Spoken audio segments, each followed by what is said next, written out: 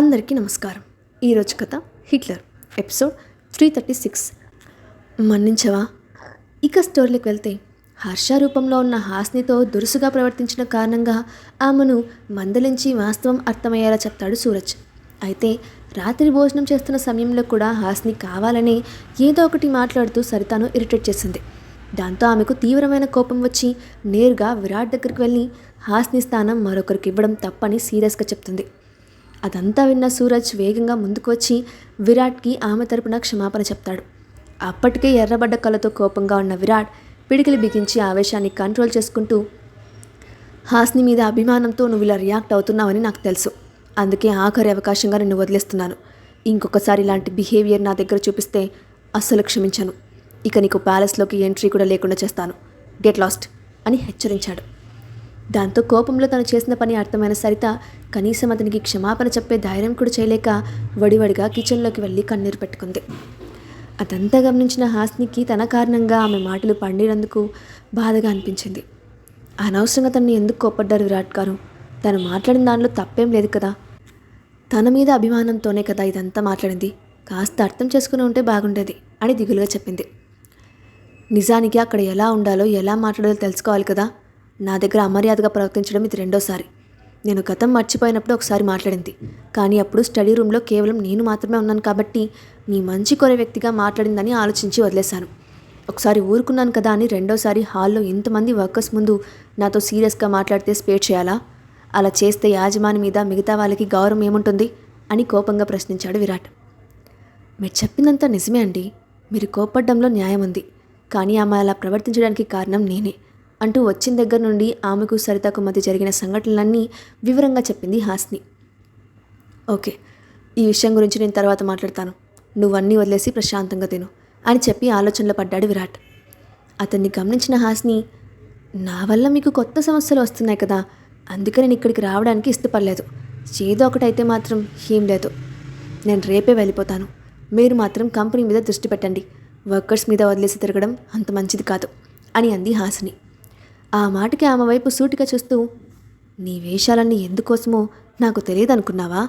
ఆమె నీ పట్ల చూపించే అభిమానం తెలిసి కూడా వాంటెడ్గా ఇరిటేట్ చేసి ఇంటికి వెళ్ళడానికి టాపిక్ తీసావు. ఆ విషయం తెలిసి కూడా నేను ఒక్క మాట కూడా అనకుండా వదిలేసింది నువ్వు బాధపడకూడదని మాత్రమే. నువ్వు ఎక్కడికి వెళ్ళాలనుకుంటున్నావో వెళ్ళు, నీ ఇష్టం. కానీ నీ ఫైనల్ డెస్టినీ మాత్రం నేనే. నీతో పాటే నేను కూడా ఉంటాను. అంతేకాని నిన్ను వదిలి ఉండటం అన్నది జరగని పని. ఇప్పటికే చాలా ఇయర్స్ బాధతోనే కోల్పోయాను. చికెనైనా నీతో మన పిల్లలతో కలిసి సంతోషంగా ఉండాలని ఉంది. అందుకోసం నేను ఎంత దూరమైనా వెళ్తాను. నేను ఇక్కడే ఆపేయడం చిటికలో పని. కానీ నీ అంతటా నువ్వు ఇష్టంతో నీ ఇంటికి రావాలని ఎదురు చూస్తున్నాను. 3 ఏళ్లుగా నా కోసం రాని నువ్వు లోలిత కోసం రావడానికి ఇష్టపడినప్పుడు మొదట కోపం వచ్చింది. ఆ తర్వాత నీ స్నేహితుల మీద నీకున్న ప్రేమ కనిపించింది. నాతో వచ్చి ఇక్కడ పరిస్థితులన్నీ నీ అంతట నువ్వు తెలుసుకుంటే నీ మనసు మారే అవకాశం ఉంటుందని భావించాను. ఇప్పటికైనా అర్థం చేసుకో హాస్ని. నువ్వు నా జీవితంలో ఉంటే చాలు, మరేం అక్కర్లేదు అని ఎమోషనల్ అయ్యాడు విరాట్. నాకు మీతో మీ అందరితో ఉండటం చాలా ఇష్టం విరాట్ గారు. కానీ గత జీవితం బ్రతికే ఓపిక లేక రావడానికి ఇష్టపడటం లేదు. పోనీక పని చేద్దాం. వారమంతా ఎవరి పనులు వాళ్ళు చూసుకొని వీకెండ్స్లో మీట్ అవుదాం, ఏమంటారు అని ఆశగా అడిగింది. వారానికి ఒకసారి వచ్చి చూడ్డానికి నువ్వు అమ్మవో చెల్లివో కాదు, నా భార్యవి. ఇక్కడైనా ముంబై అయినా మనం కలిసి ఉండటం మాత్రమే జరుగుతుంది. ఇంకేదైనా ఆలోచించు అని స్పష్టం చేశాడు. అంటే wherever you go my network follows you అంటారా? అంతేనా? అంతేకాని ఇక్కడ ఒంటరిగా ఉండటానికి మాత్రం ఒప్పుకోరు, అంతే కదా? అసలు బిజినెస్ పరిస్థితి ఏమిటో ఒక్కసారైనా ఆలోచించారా అని కోపంగా అడిగింది హాస్ని. ఇక దీని గురించి డిస్కషన్ అనవసరం. రేపు మధ్యాహ్నం ముంబై బయలుదేరుతున్నాం. అప్పట్లోపు కావాల్సినవన్నీ ప్యాక్ చేసుకో అని చెప్పి గదిలోకి వెళ్ళిపోయాడు విరాట్. ఇక తను ఎంత చెప్పినా వినదని సైలెంట్ అయిపోయింది హాస్ని. డిన్నర్ ముగించిన తర్వాత సోఫాలో కూర్చొని టీవీ చూస్తున్న ఆమె దగ్గరికి సరిత వచ్చి, మీరు ఈ ప్యాలెస్లోకి వచ్చిన అతిథి. మీతో అమర్యాదగా ప్రవర్తించినందుకు క్షమించండి. కానీ నా మనసులో మేడం స్థానం మీకు ఇవ్వడం మాత్రం ఎప్పటికీ జరగదు. దయచేసి ఇంకెప్పుడు ఇక్కడికి రావద్దు అని చేతులెత్తి నమస్కారం పెట్టింది. నేనేదో నన్ను టెస్ట్ చేద్దామని సరదాగా అలా మాట్లాడాను. మీ మేడం స్థానంలో రావడం నాకు ఇష్టం లేదు. కాలం కలిసి వస్తే భవిష్యత్తులో నీ అంతటా నువ్వే నన్ను ప్యాలెస్కి రమ్మని రిక్వెస్ట్ చేస్తావేమో, ఎవరికి తెలుసు అని నర్మగర్భంగా చెప్పింది హాస్ని. ఆ రోజు ఎప్పటికీ రాదు. మీరు కూడా కాళ్ళు కండం మానేసి వాస్తవంలోకి వచ్చి బతకడం నేర్చుకుంటే బాగుంటుంది. అని విసుగ్గా అంటున్న ఆమెను చూసి హాస్ని ముసిముసిగా నవ్వింది. అదంతా దూరం నుండి గమనించిన సూరజ్ వడివడిగా అక్కడికి వచ్చి, దయచేసి తన మాటలు మనసుకు తీసుకోకండి సార్. ఈ మధ్య తనకి ఆరోగ్యం అసలు బాగోవడం లేదు. ఒక్కోసారి ఏం మాట్లాడుతుందో తనకే తెలియడం లేదు. తన తరపున నేను క్షమాపణ చెప్తున్నాను అని కంగారుగా అన్నాడు. డోంట్ వరీ మిస్టర్ సూరజ్, తాను నాతో తప్పుగా ఏం మాట్లాడలేదు.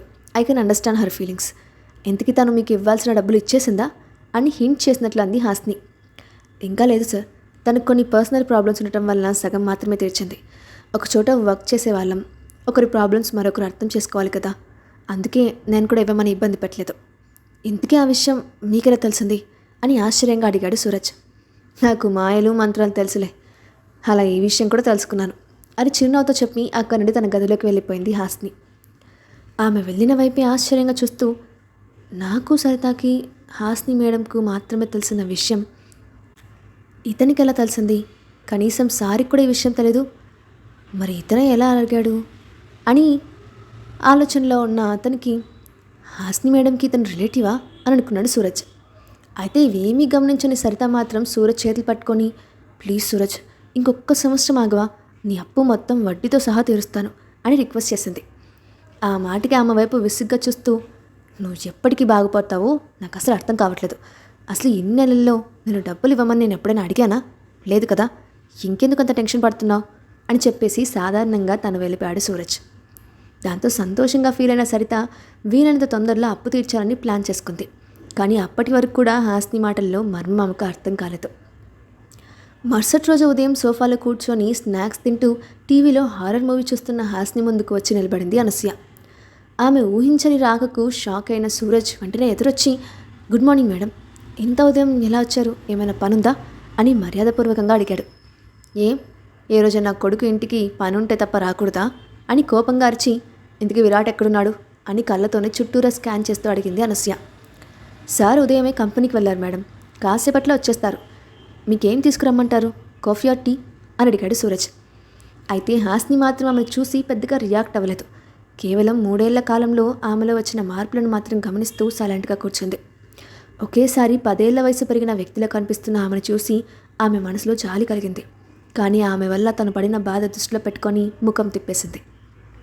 అదే సమయంలో ఆమెను గమనించిన అనసూయ, నువ్వే కదా హర్ష అంటే, ఇక్కడికెందుకు వచ్చావు, నీకు నా కొడుకుతో ఏం పని, అసలు పెద్దవాళ్ళు కనిపిస్తే నిలబడి పలకరించాలన్న కనీస సంస్కారం కూడా లేని నీలాంటి వాళ్ళందరూ నా కొడుకుకు మాత్రమే ఎందుకు కనిపిస్తారో నాకు అర్థం కావడం లేదు అని తన పెద్దరికానికి విలువ ఇవ్వలేదన్న ఆక్రోశాన్ని ఆ విధంగా వెలగక్కింది.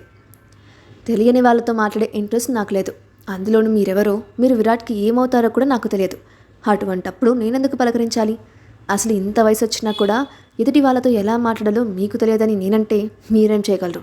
మర్యాద అనేది మన ప్రవర్తన బట్టి అవతల వాళ్ళు ఇచ్చేది, మనం ఇస్తే మనకు తిరిగి వస్తుంది. అసలు మన పరిచయమే బాగోలేదు, ఇక పలకరింపులొకట అని వ్యంగ్యంగా అంది హాస్ని. నా కొడుకు నీ వైపు ఉన్నాడన్న పొగరా, అసలు మీ ఇద్దరి మధ్య ఉన్న సంబంధం ఏంటి అని అడిగిన ఆమెను ఒక్క క్షణం పరీక్షగా చూసి, తను నా బెస్ట్ ఫ్రెండ్, మా రిలేషన్ చాలా స్ట్రాంగ్, ప్రతి క్షణం కలిసే ఉంటాం, అన్నీ కలిసే చేస్తాం, ఇంకేమైనా వివరాలు కావాలా అని విసుగ్గా అడిగింది హాస్ని. అక్కడికి వచ్చే ముందు ప్యాలెస్లో ఆవేశపడి కొడుకు దృష్టిలో చెడు కాకూడదని 1కి 4 సార్లు చెప్పుకున్న అనసూయ ఆమె సమాధానానికి కోపాన్ని కంట్రోల్ చేసుకోలేకపోయింది. కానీ ఏదైనా తేడా జరిగితే నష్టపోయేది తనేనని వివేకం తట్టి లేపడంతో సాధ్యమైనంత శాంతంగా ముఖం పెట్టి, అంటే మీరిద్దరూ ఒకే గదిలో పడుకుంటున్నారా అని అపనమ్మకంగా అడిగింది. అవును, ఇద్దరము రాత్రంతా హాయిగా పడుకుంటాం, మీరెందుకు అంత గుచ్చిగుచ్చి అడుగుతున్నారు అని ఏమీ ఎరగనట్లు అడిగింది హాస్ని. అది విరాట్ నిద్రపోవాలంటే థెరపిస్ట్ అవసరం ఉంది కదా, అందుకే అడిగాను అని పిడికిలు బిగించి కోపాన్ని కంట్రోల్ చేసుకుంటూ చెప్పింది అనసూయ. ఆ సమయంలో ఆమె ముఖంలో కోపం గమనించిన సూరజ్కి వెన్నులో వణుకు వచ్చేసింది. ఆమెలో క్రూరత్వం ఏ పాటిదో గతంలో చూసిన అనుభవం ఉండటంతో వెంటనే ఆమె దగ్గరికి వచ్చి, హర్ష కారణంగా ఈ మధ్య ఆ కాలంలో విరాట్కి థెరపిస్ట్ అవసరం లేకుండా పోయింది మేడం అని తనకు తెలిసిన సమాచారం చెప్పాడు. దాంతో ఎదురుగా హర్ష రూపంలో ఉన్న హాస్ని వైపు పరీక్షగా చూస్తూ, కేవలం హాస్ని పోలికలతో ఉన్న ఈ వ్యక్తిని చూడగానే 3 ఏళ్లుగా నరకం చూపించిన ఇన్సోమేనియా తగ్గిపోయిందా, ఇదెలా సాధ్యం అని ఆశ్చర్యంగా అనుకుంది. కానీ ఆ ఆలోచన ఆమెకు నచ్చలేదు.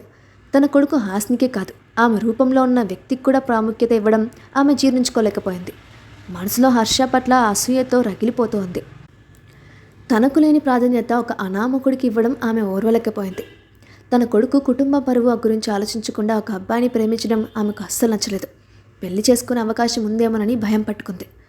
దాంతో ఆ విషయం విరాట్తో మాట్లాడే ధైర్యం చేయలేక హర్ష రూపంలో ఉన్న ఆమెను బెదిరించి వెళ్ళగొట్టాలని నిర్ణయానికి వచ్చింది.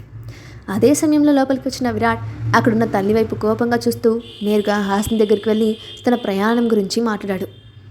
కన్నతల్లి ఎదురుగా ఉన్నా కూడా కనీసం పలకరించని కొడుకు ప్రవర్తనకి గాయపడిన అనసూయ అదే విషయంగా అతన్ని ప్రశ్నించింది.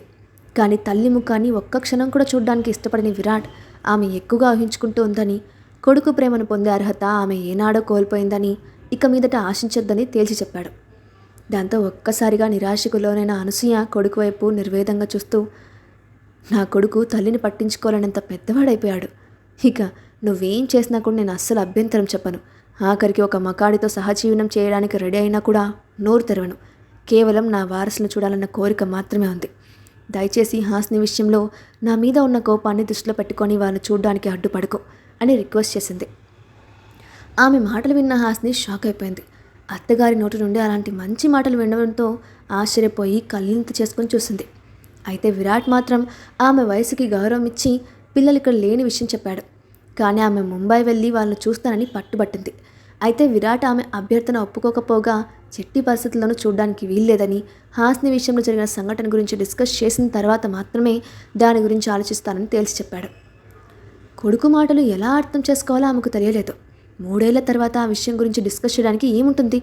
ఇప్పటికే ఆమె గురించిన ఆలోచనలతో అటు పిల్లలను ఇటు కంపెనీని పూర్తిగా నిర్లక్ష్యం చేశావు. ఇప్పటికైనా పోయిన దాని గురించి ఆలోచించడం మానేసి బ్రతికున్న వాళ్ళని పట్టించుకో. అప్పుడే పిల్లలను ఒంటరిగా పెంచడం ఎంత కష్టమో తెలుస్తుంది అని కోపంగా చెప్పింది. ఆ విషయం గురించి మనం తర్వాత తీరిగ్గా కూర్చొని డిస్కస్ చేద్దామా? నాతో మాట్లాడిన అవసరం ఏమీ లేకపోతే ఇక మీరు వెళ్ళొచ్చు. నాకు చాలా పనులున్నాయి అని నిర్మోహమాటంగా చెప్పి స్టెప్స్ దగ్గరికి వెళ్ళాడు విరాట్. దాంతో బాధపడిన అనసూయ, హాస్ని విషయంలో జరిగిన దానికి నన్ను క్షమించలేవా? ఇంకా ఎన్నాళ్ళని తల్లి మీద కోపం చూపిస్తావు? ఇదంతా నేను నీ మంచి కోసమే చేశాను. కనీసం ఆ విషయం దృష్టిలో పెట్టుకునైనా నన్ను మన్నించు అని దీనంగా అడిగింది. అప్పటి వరకు ఓపిగ్గా ఉన్న విరాట్ ఒక్కసారిగా ప్రళయదుర్దిలా మారి కోపంగా అనసూయ ముందుకు దూసుకెళ్లాడు. ఇప్పుడు అనసూయ పరిస్థితి ఏంటి? ఆమెకు క్షమాపణ దొరుకుతుందా? నెక్స్ట్ పార్ట్లో చూద్దాం. ఈ స్టోరీ అప్డేట్ ఎలా ఉందో కింద కామెంట్ బాక్స్లో మీ ఒపీనియన్ని తప్పకుండా షేర్ చేయండి. అలాగే ఇలాంటి మరిన్ని స్టోరీస్ కోసం మా ఛానల్ని తప్పకుండా సబ్స్క్రైబ్ చేసి పెట్టుకోండి. Thanks for watching.